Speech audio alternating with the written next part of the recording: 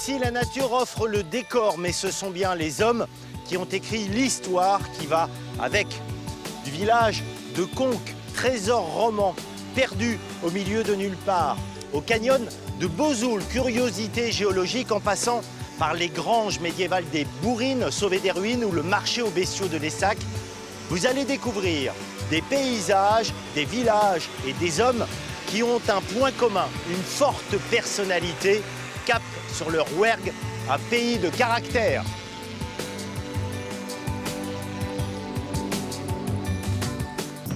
L'Aveyron tire aujourd'hui encore une bonne partie de sa richesse de l'agriculture et de l'élevage. On le doit aux nombreuses abbayes qui, au Moyen-Âge, maillaient le territoire. Car ce sont bien les moines qui, en posant les fondations d'une organisation agricole efficace, ont mis en valeur cette terre. Nous voici sur le site des Bourrines, au cœur d'un immense domaine de 780 hectares d'un seul tenant, devant un imposant ensemble fortifié. Le site est tellement impressionnant, Didier, que lorsqu'on arrive ici, on se dit on est devant une forteresse. Eh bien non, c'est pas une forteresse, c'est une des granges monastiques de la Domerie d'Aubrac. Et alors tu vois un peu ce donjon, qu'on appelle donjon, mais qui est en fait un grenier à grains. Hein, il est immense au milieu, et en fait c'est lui qui est défendu. C'était le coffre-fort de la Domerie d'Aubrac. Ça veut dire quand il y avait une période trouble à Aubrac, eh bien ils réfugiaient leur or, leur nourriture. Les personnes, ils réfugiaient tout le monde là, à l'intérieur. Hein. Dans le donjon, c'est pas le seigneur, on met la production agricole. Quoi. Et voilà, et on y réfugiait effectivement aussi les moines, puisque c'était un prince, mais un prince de l'Église. Hein, la Domerie d'Aubrac, ce sont des moines. À quand remonte la fondation et quelle est l'importance du domaine? Alors ici, c'est le XIIe siècle, donc 12-13e siècle, où le donjon, le grenier à grains, la grange monastique a été érigée ici. Et ensuite, 14-15e, là, on définit les corps de logis tout autour qui vont faire que maintenant, ça ressemble à ce que toi, tu m'as dit, un château fort.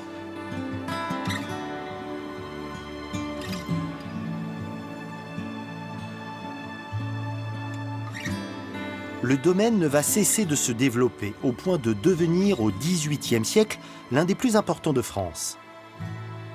L'immense porcherie est une belle illustration de cette réussite. Il y a 100 ans, elle servait d'ailleurs de modèle dans les traités d'architecture rurale. Un, deux, trois.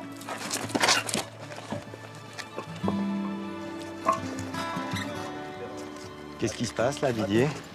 Mais tu vois, aujourd'hui, donc c'est le retour de Loge dans sa loge primitive.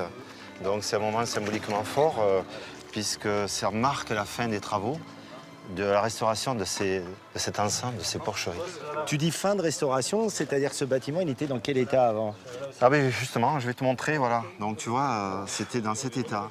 Donc en 1997, et nous en 2009, on commence à la restauration de ces porcheries. Donc là, ça fait 6 ans. Et on vient de finir la restauration de cet ensemble hein, qui, au-delà de la fonction, puisque c'était un lieu agricole hein, pour y travailler, mais regarde l'esthétisme de cet ensemble, hein, avec des toits décrochés, les assouplissements des toits, donc on appelle ça des coyots, hein, cet ensemble de loges sur ce terrain à forte pente qui fait que c'est presque un amphithéâtre naturel. C'est un patrimoine rural exceptionnel en fait en France. Hein. Alors maintenant, on est presque sûr qu'elles sont uniques. Elles sont uniques, elles seraient uniques en France, donc se définies sous cette forme, donc ordonnancées autour de cette cour-parvis en U, hein, avec cet esthétisme, je me répète, hein, mais c'est juste... Alors que c'était pas le but, c'est utilitaire, non, mais... ce n'est qu'utilitaire. Mais en même temps, c'est beau. Et en même temps, c'est tellement beau.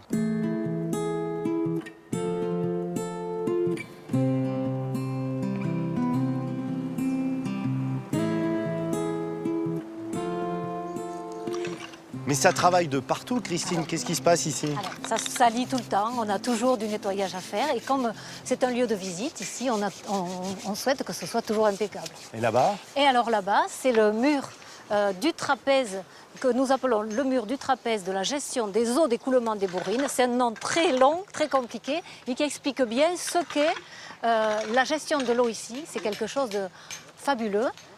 Qui a été initié par les moines au départ et ensuite, au fil du temps, qui a été toujours conservé et qui fonctionne aujourd'hui encore. Au total, vous êtes combien de bénévoles dans l'association? Alors au total, nous sommes une 60aine de bénévoles, été comme hiver.